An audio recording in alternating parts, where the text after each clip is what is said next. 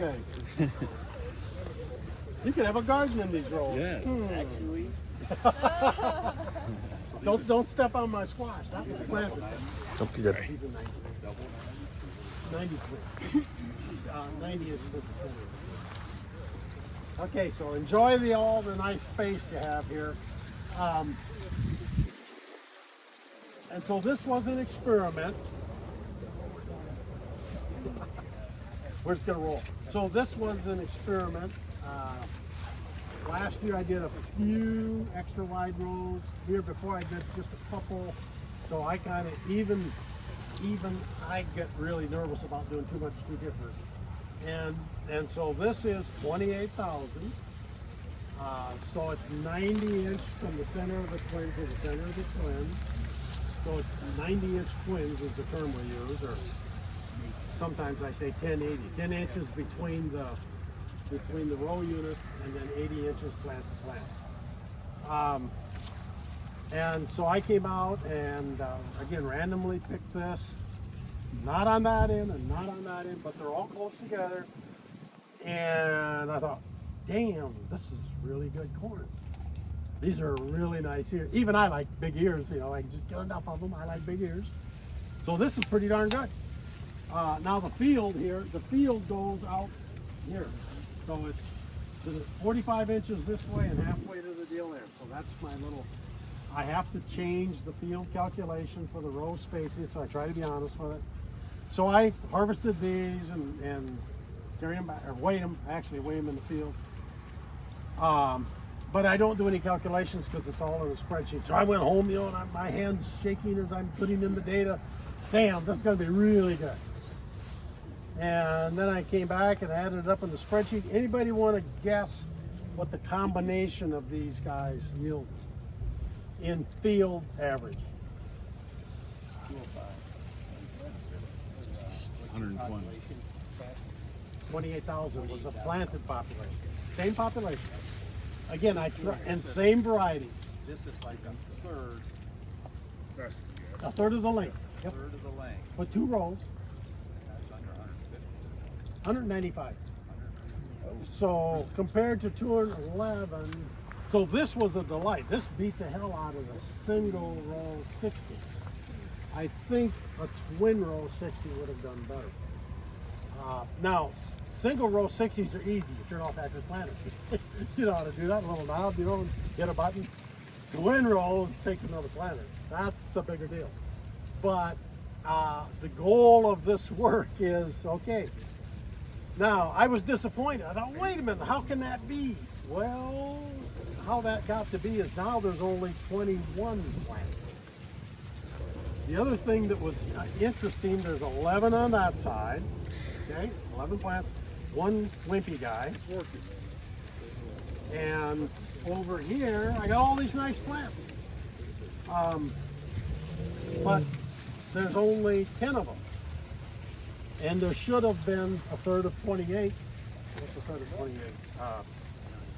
No, that's not right. A sixth. But never mind. Anyhow, I should have had 14 plants, and I got 10. So I took a 40% hit in yield if the ears would have been uniform. And it wasn't until I grumbled at my computer and went to bed. Came out here the next morning, laid the ears back out, and lo and behold, I see a gap here. That's 1 missing plant, and a gap here, and a gap here, and a gap there. So there's my 4 missing plants. What planter did you use? Your planter? My planter, yeah. You got a belt delivery for the Yeah, precision yeah. belt? It's supposed to be Yeah, that. yeah. No, I planted it. Somebody or something came along and took the seed. Or Yeah. it didn't germinate. Yeah, or it didn't germinate. It Now, didn't and count. ideally,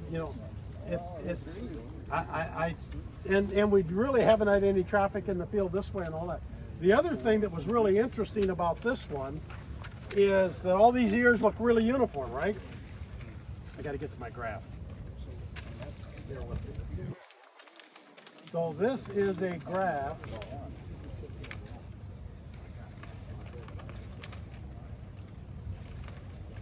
of the individual yield as you go down the row. So this first one is 300 bushel, this ear.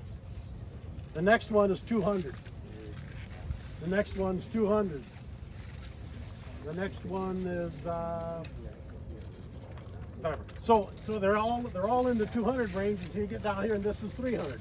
So when I put the data in my spreadsheet, I get a bump on the end, and I say, well, there's something wrong with my spreadsheet. Because when I put in my data, I always put the distance to the next plant, even though it's out of the area. That helps me calculate its field size. Well, there's something wrong with my spreadsheet. Well, no, I couldn't find anything wrong. I came out here, and so look what happens here. There is no gap. So each of these guys has an open space on one side. And to honor Reno's statement from long ago, they compensated a little bit. If I look at ear weight,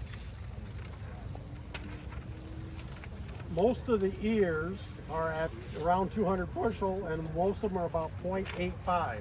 These are all of the ears except for the two here on the end. They're smaller.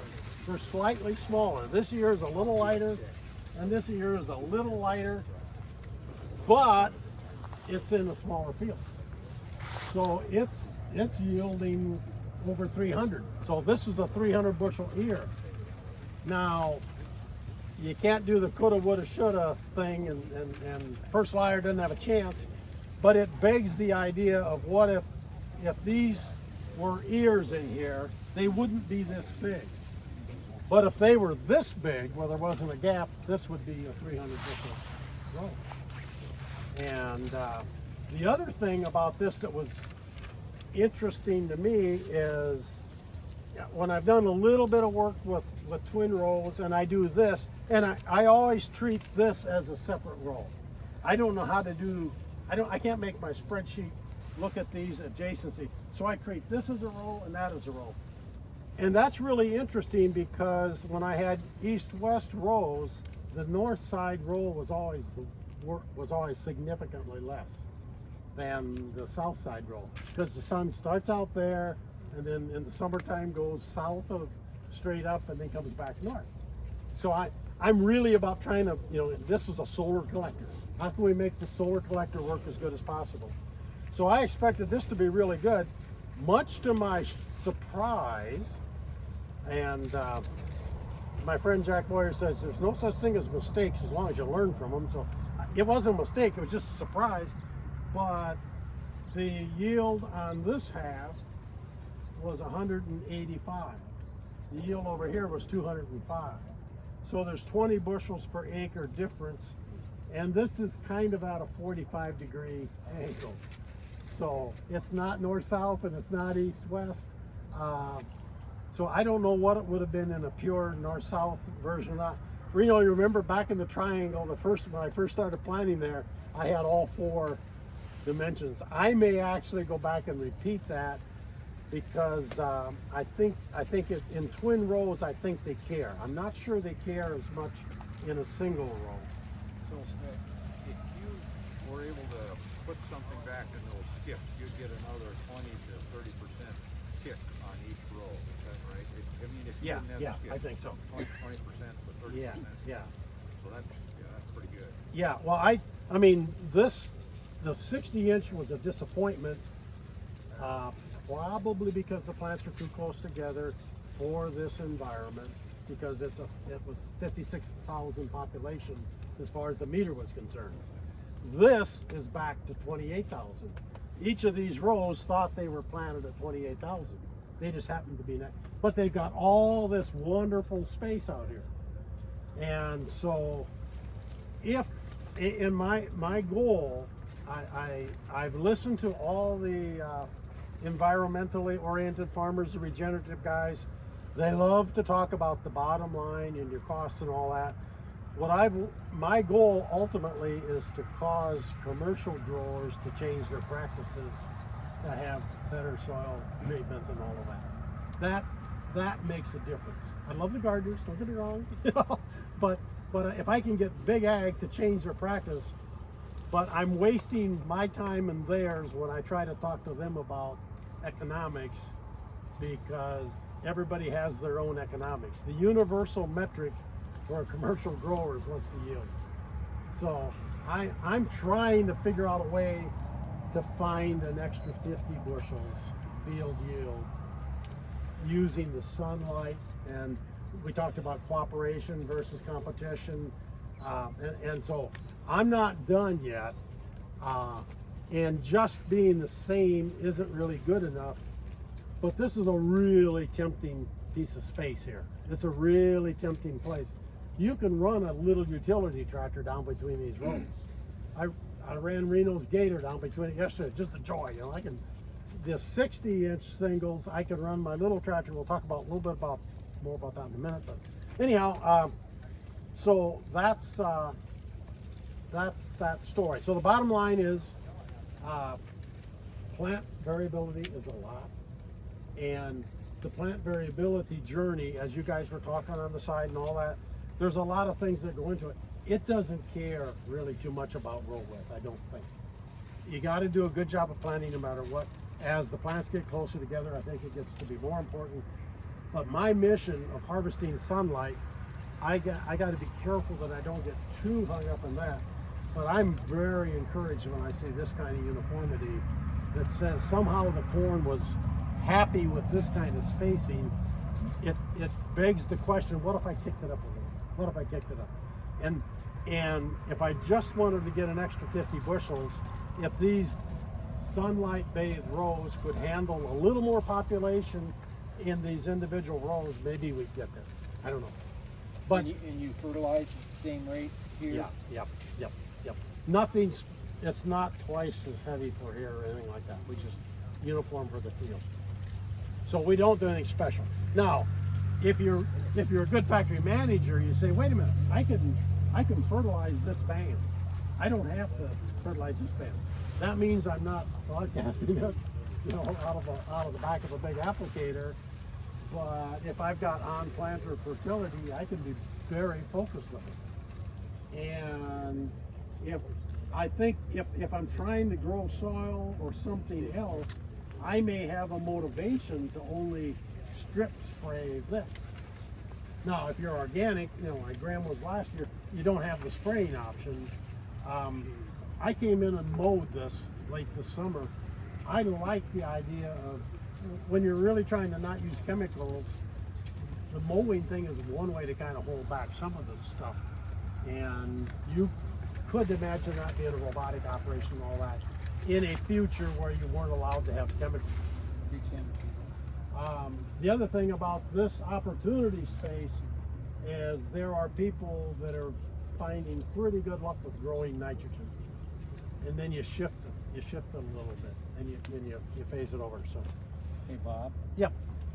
we talk about those skips and the insinuation is those the turkeys or the Yep. raccoons or whatever. It seems to me like over here where you got a lot of big spaces, that's more like a rodent of some sort, because once it They would, yeah. they would be a cluster, but you could start out and, you know, because you got plenty of time, you don't really have a hell, you know, you're not working, so you don't have a hell of a lot of things to do. You could put a, you know, a tube over the top, like to keep the rodents and everything out until As an experiment? As an experiment, yeah. That there's an infinite, I mean, I really believe variety matters. I've had some communications. There's a guy named Junior Fanstill down in Nebraska. He's done a bunch of work with varieties and strip intercropping. He's found a lot of difference. So I think variety matters. But again, I only have a couple of acres here, and even in this, I got about 1 acre where I'm doing all my learning. But there's 40,000 plants I can learn from. So, okay, curiosity. Let's go.